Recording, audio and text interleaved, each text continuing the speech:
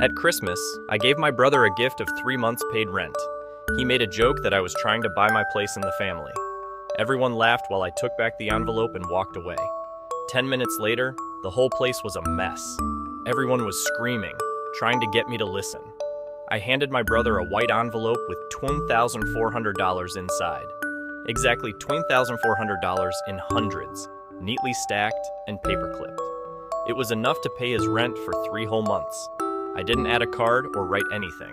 I thought the money would speak for itself. My brother opened it slowly, like he couldn't be bothered. He pulled out the cash, raised his eyebrows a bit, then announced to everyone that I was just trying to make up for not being important to the family. Then he laughed, not a small chuckle, but a real, loud laugh. My dad actually clapped at this. Mom giggled behind her hand. Aunt Sharon was laughing so hard she could barely breathe. Someone in the room whispered "savage," and I just stood there with my empty coffee cup, wondering why I even showed up. Nobody thanked me. Not one person said the money would help. Jake didn't even act like it mattered, as if $20,400 just appears out of nowhere for someone like him. He's 23 years old with no job and no work history. He sleeps all day, plays video games, or pretends to look for work. My parents call him a late bloomer, but I think of him as professionally dependent on others. I reached over and took the envelope back from him, put it in my coat pocket and said, "Useful to know that." Just those 3 words. But everything changed instantly. It was like someone turned off all sound at the party. The dishes stopped making noise. The laughter stopped. I wasn't yelling or looking mad. I just got up and started putting my jacket on. Mom spoke first. "Oliver, don't do this. It was just a joke." Then Dad jumped in with, "Come on, he didn't mean it. Sit down and eat something." The aunt started saying things like, "Let's not ruin Christmas," and "You're taking this the wrong way," and "You know how your brother is." Yes, I do know how he is. That's exactly the problem. What they didn't realize is that I'd been at my breaking point for months already. I'd been paying their rent, buying their food, covering their bills. Every excuse from Dad's so-called back injury to Mom's sudden career break ended with me sending money to keep them going. And not once did anyone ask if I was doing okay. They just expected me to keep showing up, keep giving money, and keep being the responsible one. While my girlfriend Amanda was enjoying Christmas with her family in Vermont, I was here getting laughed at for being too generous. So I told them very clearly that this would be the last month I'd pay their bills. Starting next month, Jake would need to figure out his own rent. I was done being the family bank. That's when everyone really started yelling. They all had opinions. They said I was being dramatic and that I'd be sorry later. They kept saying it was just a dumb joke and I needed to stop being so sensitive. I didn't yell back. I didn't try to explain myself. I just walked out and left the door open behind me. No dramatic door slam, no looking back, just the cold air outside and the feeling that something inside me had finally broken for good. I thought leaving the Christmas gathering would be difficult, but it was actually the easiest thing I'd done in years. The backlash began the next morning. There were missed calls, long text messages, and guilt-trip voice messages. My mom went all out with the drama. She said I embarrassed my brother on Christmas and that our family had been through a lot. She kept saying I was always the one they could rely on. She didn't even mention the envelope or the fact that Jake had made fun of me in front of everyone. She jumped straight to making me the bad guy for how I reacted. I ignored everything and left all their messages unread. By the second day, they got more direct. My mom wrote that my dad was trying to talk to me man to man and that I shouldn't ignore him, so I agreed to come over for dinner. I wasn't expecting much, but I figured I'd let them say what they needed to say so I could say my piece too. Jake behaved exactly as I expected, eyes glued to his phone, not saying a single word. Mom played the perfect hostess like it was a holiday dinner and not a meeting to fix the damage. Dad made awkward small talk about stocks, which was funny considering I'd been paying their electric bills for the past 3 months. After dinner, he finally dropped the act and started talking about perspective and how money makes relationships complicated. He said he was sorry if things got out of control. Then came the sales pitch. Not an apology, but a pitch. He said if I could just help them through February, they'd have everything figured out. He claimed to have a possible job lead. Jake was supposedly thinking about taking some course. It was just bad timing, according to him. That's when I realized none of them understood the real problem. I told them this wasn't about one envelope. I'd been paying their bills, fixing their car, and covering Jake's bounce checks for 2 years. And what did I get in return? I got mockery and dismissal for doing what none of them could handle. Jake finally looked up from his phone and mumbled something like, "Nobody asked you to." I gave a short laugh. Then I stood up and told them they had 30 days to learn how to function like grown-ups. Mom started crying. Dad said I was making too big a deal of it. Jake just went back to his phone. I left my house key on the table in the hallway and walked out without saying goodbye. A week later, Mom texted me, "Rent is due in 5 days. Please send what you can." I sent them $1 on Venmo with the message, "More than I can afford." That was the last money I ever sent them. For the first few days after that, it was quiet. I think they thought I would show up with money and an apology like I always did before. But not this time. I was finished.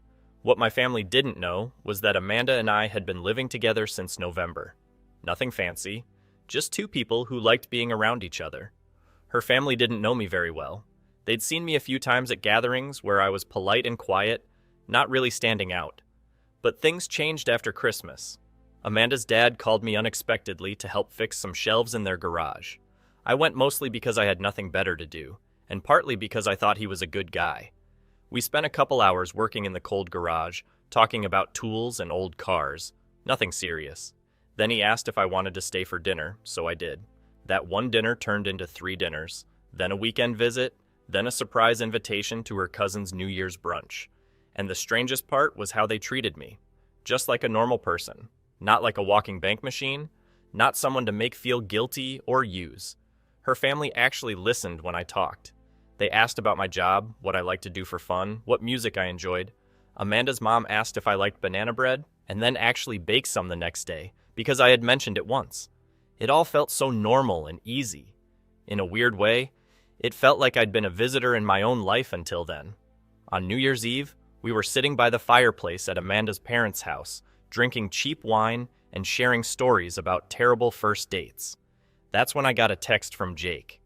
"Can you spot me $400 for a new TV? Ours is broken." No, hello, no hope you're doing well. Just asking for money like nothing had happened. I sent him $1 with the message, "Should be plenty." He never responded. That was the last I heard from any of my family. By the middle of January, I started noticing something strange. No phone calls, no text messages, no surprise requests for money. It was almost weird. I had gotten so used to them always needing me or criticizing me that this silence felt like the calm before a big storm. Then one night, someone knocked on my door. It was around 8 p.m., freezing cold outside, and there stood my dad. No warning text, no heads up. He was just standing there in a thin windbreaker like it was perfectly normal for him to show up at my place whenever he wanted. He didn't ask if it was a good time. He didn't even wait for me to invite him in. He walked right past me into my apartment like he still owned the place, like we were back in the days when I lived in his house instead of him, depending on me to pay his mortgage every other month. Luckily, Amanda wasn't home. She was out with her sister, and I wasn't ready for her to see this part of my life in person. Dad didn't sit down. He just stood in the middle of my living room and said he needed to talk about something serious. I leaned against the wall and waited. He got right to the point. They were 2 months behind on their house payments. The mortgage company had been calling them. That morning, a final notice had been taped to their door. He said they needed $8,000 to catch up and stop the foreclosure process. I didn't say anything. He started making excuses, saying he'd been looking for work, that his disability case was still being decided, that Jake was going through something, but planning to get his act together soon. I asked him just one question. "Where's Jake right now?" Dad looked down at the floor and said, "In his room, playing some game." Of course he was. Then Dad said, "Look, I know we haven't always shown it, but we do appreciate everything you've done. This isn't easy to ask, but if we lose the house, your mom, it'll break her." I told him I was sorry, and I really was.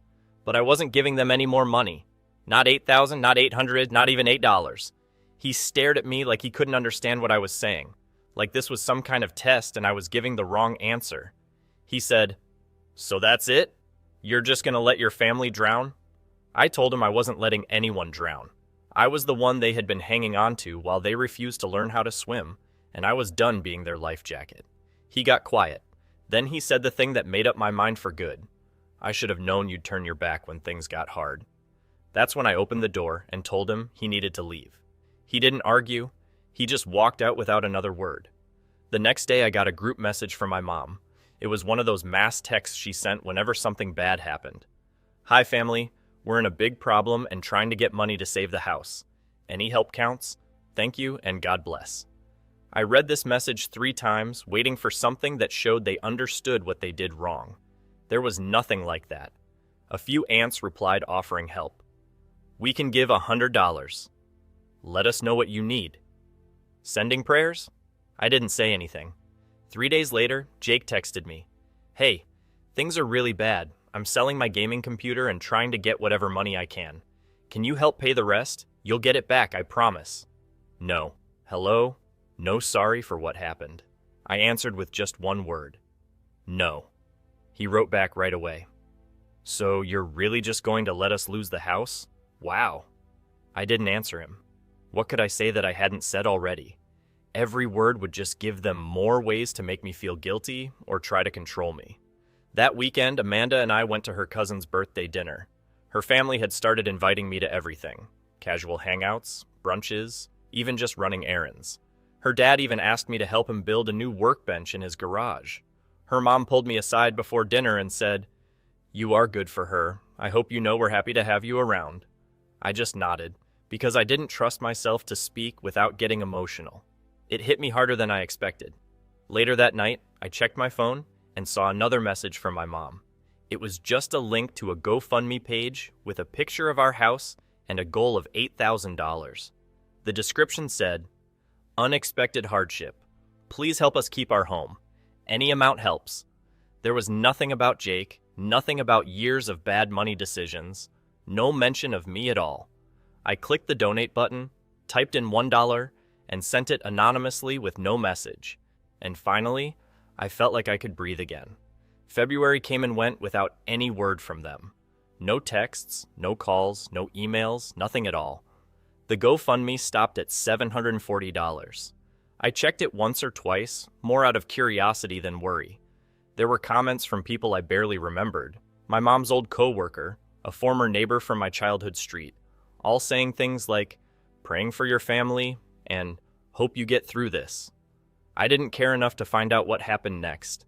I had moved on. At least that's what I kept telling myself, but there were still small reminders. Amanda and I were at her brother's house one weekend, helping them paint a baby's room, when I got a message notification from a number I didn't know. "Saw you with Amanda's family, looking real cozy over there.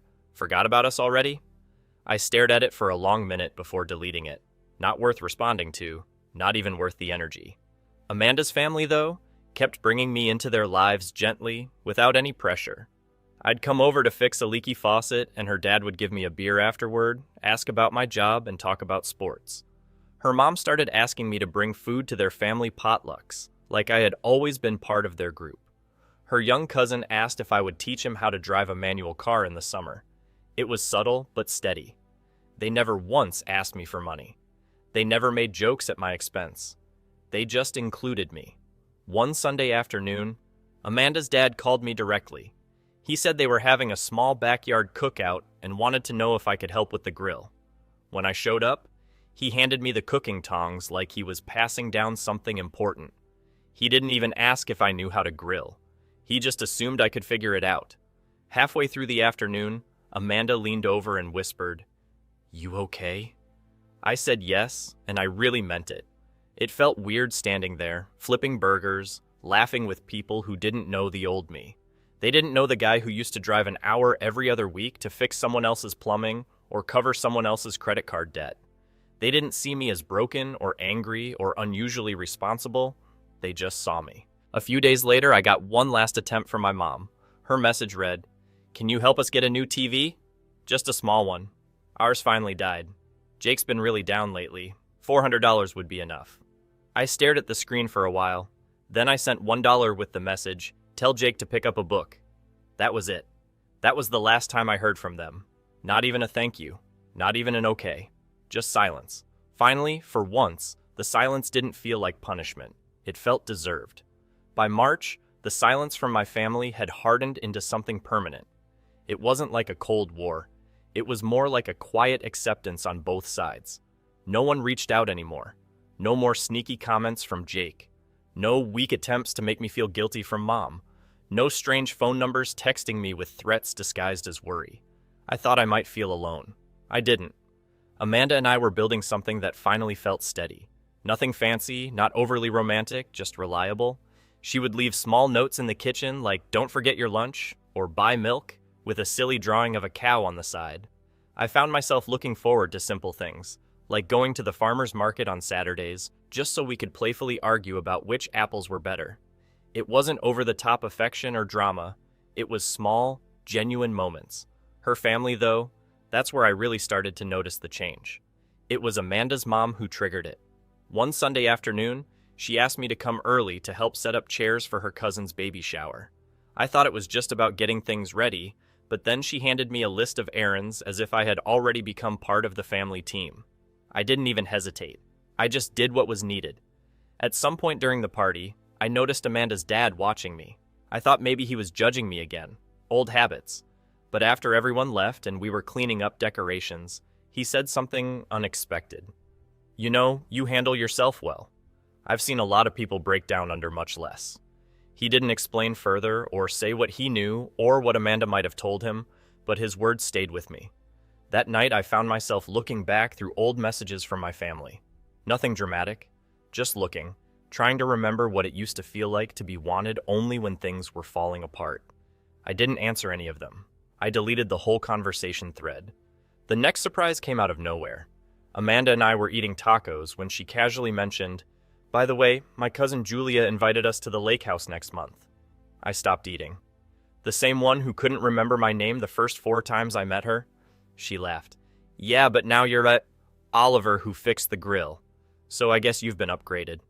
It sounded like no big deal, just a casual weekend away, until Julia's husband Brian pulled me aside that Friday night at the lake and said he wanted to talk about business. It means more this way. I had no idea I was even being looked at for a job. We chatted for a whole hour. Before the weekend was over, I got a job offer with less traveling, more freedom in my schedule, and better pay. Amanda found me Sunday morning just sitting on the dock staring at the water. She asked if I was doing okay. I just nodded. I was trying to make sense of everything. The truth was that all of this felt like I was taking something that wasn't really mine. A family that wasn't actually my own. A job that someone offered me while having beers. Peace that I didn't work for, at least not in the ways I used to think I needed to. I told her about the job offer. She just said she told me they would like me. The next week, my mom called for the first time in months. No message, just a missed call. I let it be. Then she called again and sent a text saying, "Can we talk? Nothing bad, just talk for a minute." I felt that old urge to make things easier and smooth things over, but I didn't call her back. I sent the text to Amanda.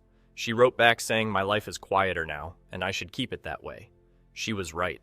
The more I stepped back, the clearer I could see things. My family wasn't reaching out because they missed me. They were reaching out because something in their lives wasn't working without me around. But I was done being the person they used when they needed something. For the first time, I wasn't just a tool or a backup plan. I didn't feel like I was running away from something. I felt like I had finally arrived where I needed to be. April started with a calmness that made me unsure at first.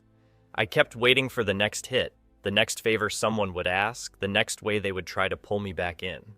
But the phone stayed quiet. My inbox stayed empty. All that weight I had gotten used to carrying, with money problems and emotional burdens, was gone. I took the job Brian offered me. He texted me one morning with a start date and forms I needed to fill out, like it was no big deal to completely change someone's life path. I signed everything that same day. Better money, less stress, and nobody treating me like I only existed to fix their problems. Amanda's family found out about my new job, not because I said anything. I never liked talking about my wins too much. But Amanda told her mom, and then the news spread quickly through the rest of her family. Her dad invited us over for dinner. He made ribs and opened a bottle of wine that he usually saved for special holidays. During dinner, Amanda's dad raised his glass and said to me that I knew when to keep fighting and when to walk away. Everyone toasted. I just said thanks, and that was it. No jokes or mean comments or awkward talk about past mistakes. Just people being happy for me. That same night after we got back home, I saw a missed call from my mom. No message this time. Just a call at 9:46 p.m. from a number I knew very well, but hadn't heard from in months. It sat on my screen like a question I didn't want to answer. A few days later, she left a voicemail.